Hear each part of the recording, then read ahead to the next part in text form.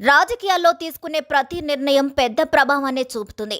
చిన్న పొరపాటు కూడా శాసనసభల్లో ఎన్నికల ఫలితాల్లో ప్రతికూలంగా మారుతుంది.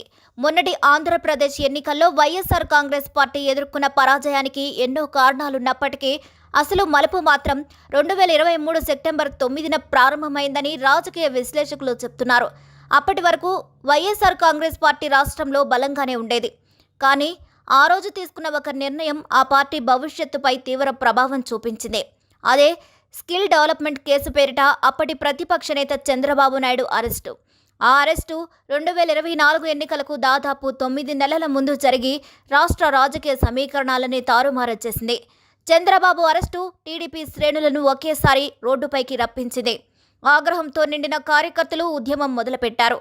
అంతేకాకుండా అరెస్టు అనంతరం విజయవాడ ఏసీబీ కోర్టు ఆవరణలో కుర్చీలో కూర్చున్న చంద్రబాబు ఫోటో సోషల్ మీడియాలో విస్తృతంగా వైరల్ అయింది. ఇక ఆ ఫోటో అనేక మందిని భావోద్వేగానికి గురిచేసింది. 2023 సెప్టెంబర్ 8న తెలుగుదేశం పార్టీ అధినేత చంద్రబాబు నాయుడు బాబు షూరిటీ భవిష్యత్తుకు గ్యారంటీ అనే కార్యక్రమంతో రాష్ట్ర పర్యటనకు శ్రీకారం చుట్టారు.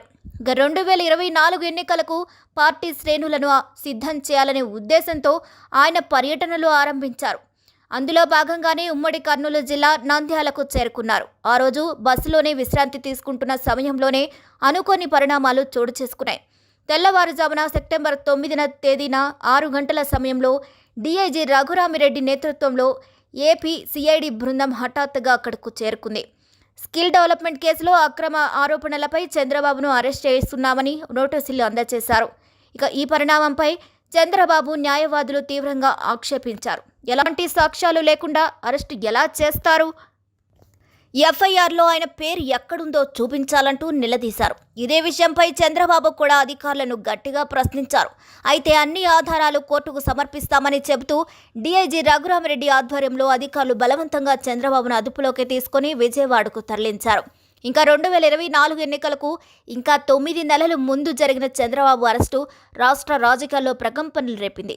7 సార్లు ఎమ్మెల్యేగా 3 సార్లు ముఖ్యమంత్రిగా ఎన్నో ఏళ్ల పాటు ప్రతిపక్ష నేతగా సేవలందించిన నాయకుడిని జైల్లో పెట్టడం అనేది వైఎస్ఆర్ కాంగ్రెస్ పార్టీ శ్రేణులకు కూడా జీర్ణించుకోలేకపోయారు.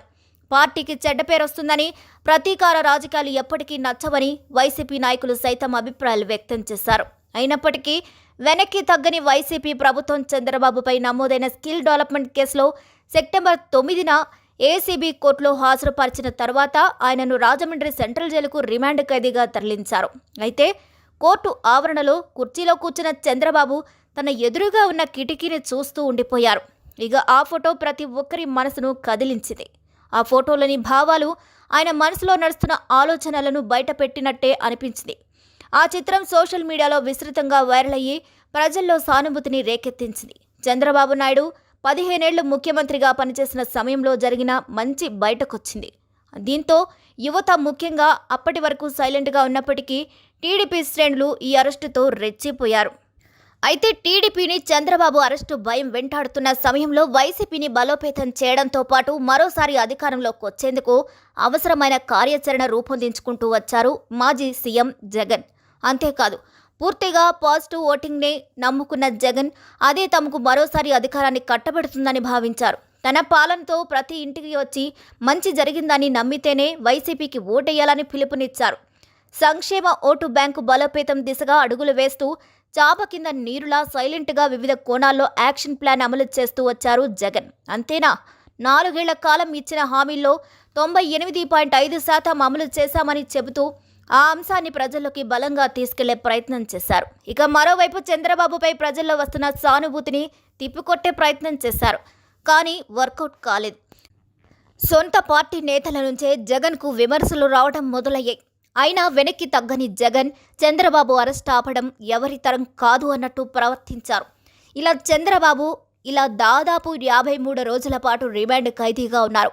ఉన్న ప్రతిరోజు వైసీపీ పతనానికి ఎక్కువగా ఉపయోగపడిందనే చెప్పాలి. అంతేకాదు, ఆ కాలంలో టీడీపీ శ్రేణులు ఎదుర్కొన్న వేదన పార్టీ కార్యకర్తల్లో ఆగ్రహాన్ని మరింత పెంచింది.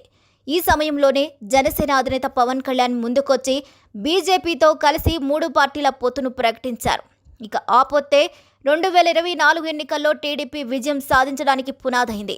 ఇప్పటికీ పలువురు రాజకీయ విశ్లేషకులు వైఎస్ఆర్ కాంగ్రెస్ పార్టీ పరాజయానికి కారణమైన కీలక సంఘటన చంద్రబాబు అరెస్ట్ అని పదే పదే స్పష్టం చేశారు.